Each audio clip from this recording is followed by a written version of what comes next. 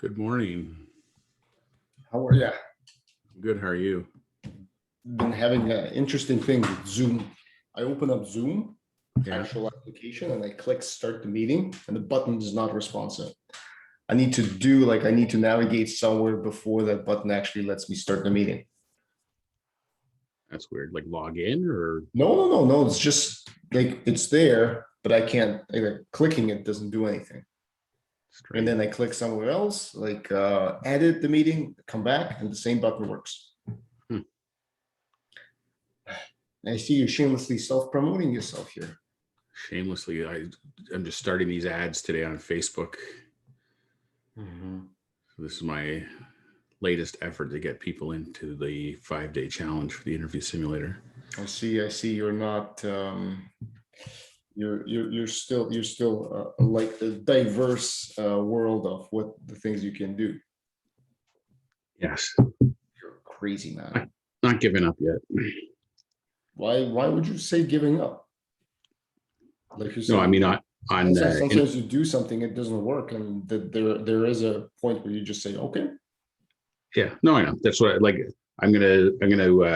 decided, like, for interview simulator, the next few months, with the economy opening up and job, like if I can make interview simulator work in the next few months in this environment, then I'll just accept that it's not viable. But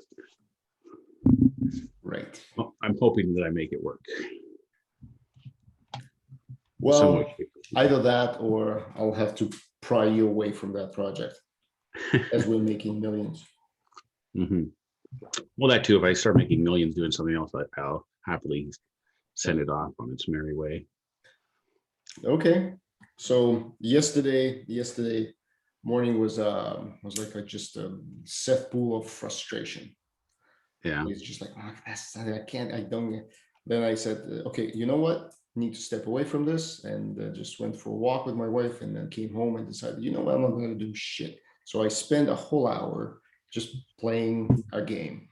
Yeah. Which is it's a great use of time. I highly not recommend it. It is a good use of time. Yeah. Anyway, so then then you send your email, and I said, like, oh man, I'm not, like, fuck this. Oh, my response from Glide. Yeah, fuck that email. Shit. It's like, damn it. It's like, oh man, select all, delete. So did something else again.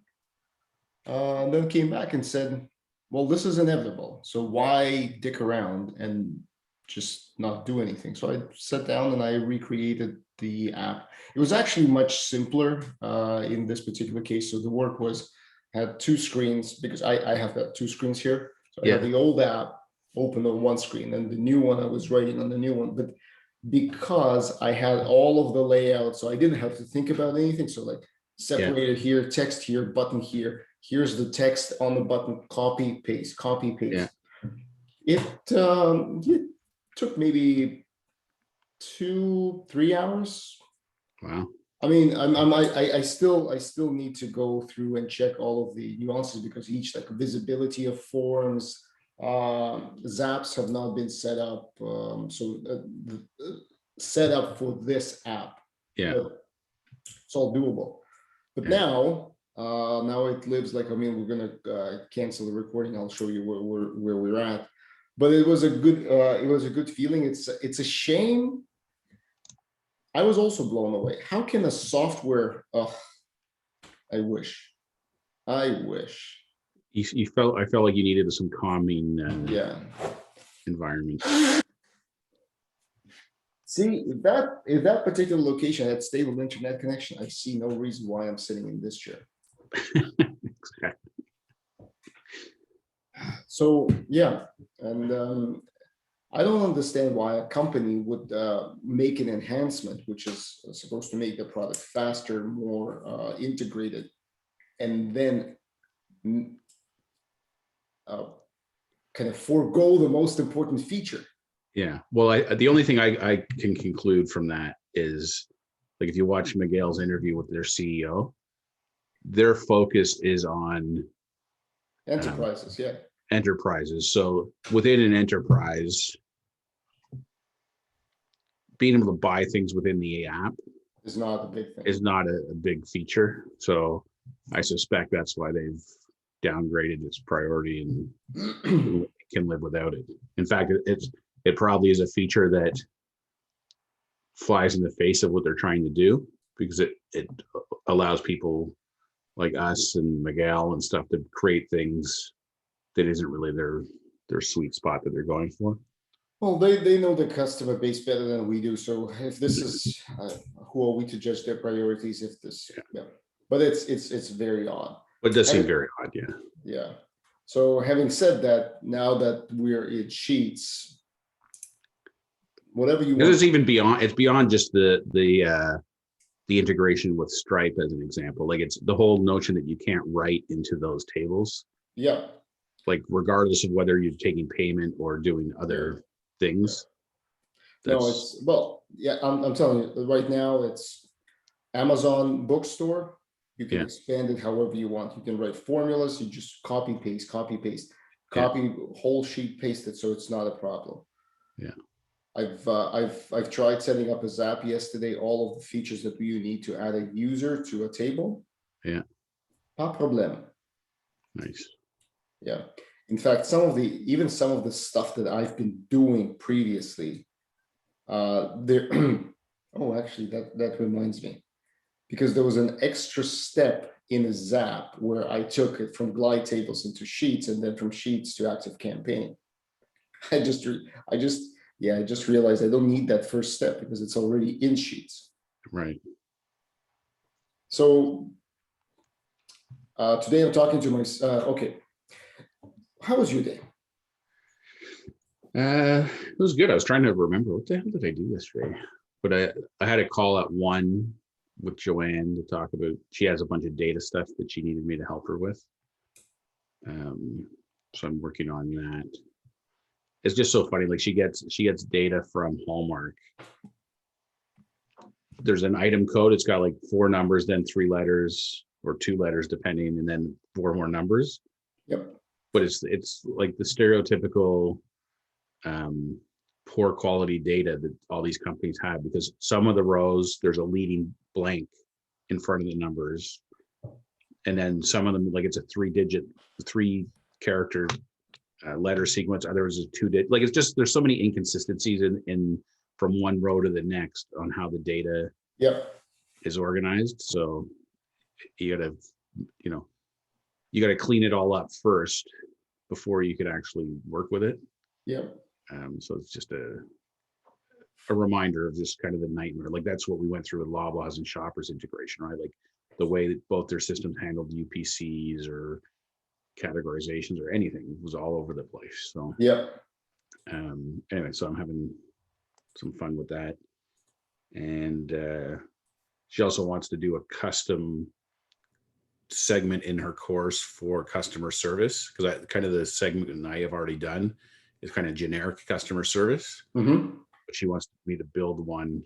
She's going to pay me to build one that's very specific to her business with specific examples to use as a training tool. So that's, I mean, we didn't talk about pricing, but that's another piece of work that I'm going to get to do for her. So yeah, it was good. And then I worked on these. I'm trying to do ads for this 5-day challenge for Interview Simulator and for the relaunch of Leadership for Teens. So I'm going to get that done between now and the start of next week. And I might try some Google ads on that one as well, just to see. But I'm already getting, just from my own posts, getting traffic to those pages. Like on the Leadership for Teens one, I think I've had 47 visits to the page, and on the Interview Simulator, like 85 or something. So, traffic, no conversions, but traffic is at least the start. You need traffic. You can't have conversions without traffic. Yeah. So that's good. And then Monday, I got to follow up with Jamie on the other app. Because like I said, that I haven't seen any activity on the app itself. but I have seen activity on. So when he texted me, said I've shared the app with my team. I think what he meant is he shared the stuff I sent him in the post, which was the presentation and the web page. Like nobody, from what I can tell, nobody's gone into the app yet. But anyway, I want, our course is coming to an end soon, and I want to try and capture this last week or two of the course for the beta testing. Right. Although that being said, our peer, all of the, well, not everybody, but a large majority of the people on the course have already said, we either want to take over the admin of this Facebook group that we're already in from Jamie's company, like if they'll let us keep the group alive, or create a new group so we all stay in communication with each other. So it's good to have must have been a good experience, huh? An audience. Yeah, totally. Interesting. And, yeah. It's funny, like this morning I was in the shower and I was thinking about like my ads that I just put out. And then I'm like, well, if this doesn't work, then maybe I just got to drop the price, or I don't know. And then I just started doubting myself a little bit. So, but and then subsequent to that, realizing that I was shame spiraling, I kind of shook my head and talked myself out of it. But well, it's funny because I went through the same kind of experience, and I mean, we have videos to confirm that. Yeah. There's one thing that I took away from it, because one, you gave me a pep talk, so that's obviously always great to hear that somebody's like, don't worry, it's like, you're not stupid, your ads are not stupid, your product is not stupid. But sometimes there's just not a fit, which is why you always do a beta. And then it's just all in your head as to how far you want to push a product that does not want to sell. Yeah. So this is what I've seen, because what in my course, which unfortunately yielded nothing except a great amount of learning and understanding of how things work. Yeah. But in my course, what I was selling was not a product that people wanted to buy. Yeah.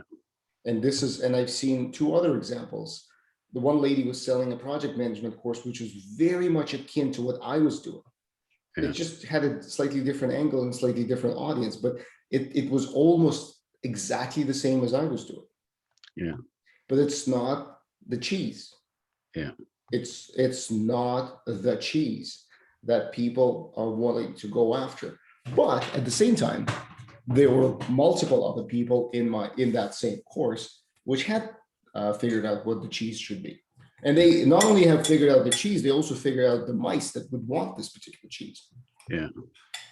And for them, it was like a fantastic experience.